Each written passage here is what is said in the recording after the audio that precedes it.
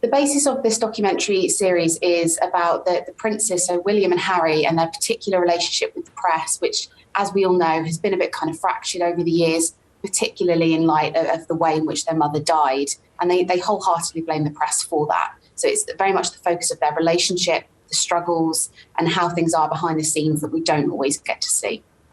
Now, what has the royal family taken issue with then with this documentary? That's not necessarily new information.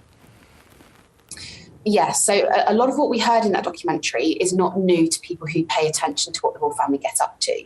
But I think what has really, struck a chord with the royals to release this statement is that Meghan's lawyer was actually given airtime to refute some of the claims that have been made about her. And secondly, it kind of removes some of this mystique about the royal family being a family and not just kind of offices working together. I think that was the key thing that I took away from it, that actually this is showing that everything isn't as rosy as we always think. And actually, they are quite dysfunctional, more than we might normally imagine. Yeah, and the documentary also looks at leaking from both offices, the offices of Prince William and the offices of Prince Harry.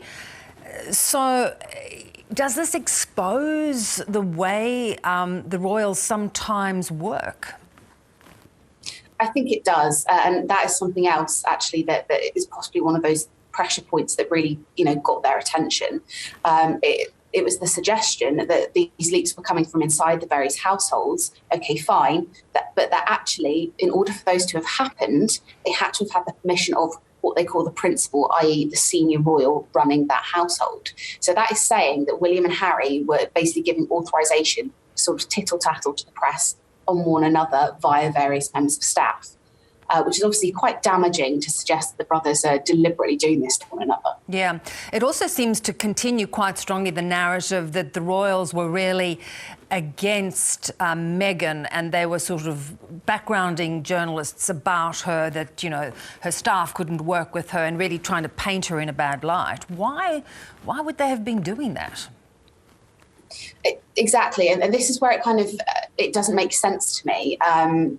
They are brothers and they do care deeply about one another. So why would there be active kind of fighting to really break up a relationship or make someone not welcome in the family? So that is what makes no sense, and that is, of course, hugely damaging, particularly in light of the Oprah interview, all those suggestions. And honestly, I think this is just further damaging that relationship. And will we ever see a sort of Harry and William reunion? I'm not sure. Yeah, it doesn't look good. How unusual is it for the palace to put out this statement saying that this is overblown and, really quite inaccurate?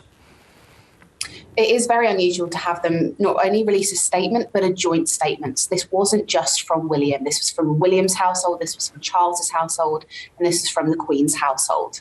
So for them to sort of team up and say, this is a really big issue for us, kind of shows the seriousness with which they are taking the situation. However, I think in light of the Diana revelations about the Martin Bashir interview in the last year or so, those ideas that he obtained that interview through unethical means, I think William in particular is feeling a lot more defensive about the press and is therefore more willing to take those steps, because he kind of knew that the public were on his side when he took those steps to discuss that BBC documentary. And now, a second time around, I think he's kind of feeling a bit buoyed by public support, knowing that the press is a big part of this relationship breakdown with his brother. How does it work with the press, Victoria? Are there regular sort of bits of information, little juicy bits of gossip that are let out? Do they feed the press in a way to keep the relationship happy?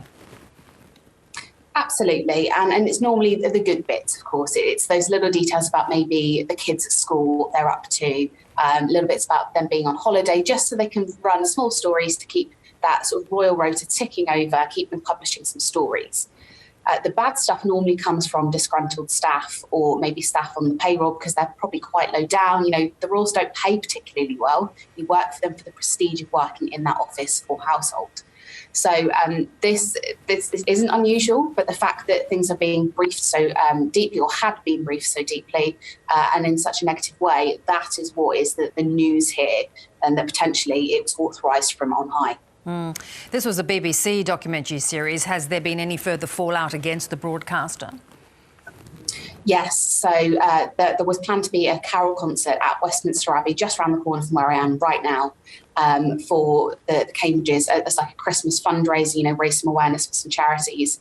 They've now pulled the plug on that with the BBC, and they're shifting to ITV, which is kind of our second largest broadcaster. And the BBC are kind of, they've been left on the sidelines. They normally get some of the big documentary scoops. They get some of the big speeches throughout the year, for example. So this is quite significant. This is the Royal showing they're not playing around. They are setting boundaries, and they're not willing for them to be crossed. Yeah, so almost a bit of punishment. We'll watch with interest as the second episode airs next week. Thanks so much for joining us. Thank you very much.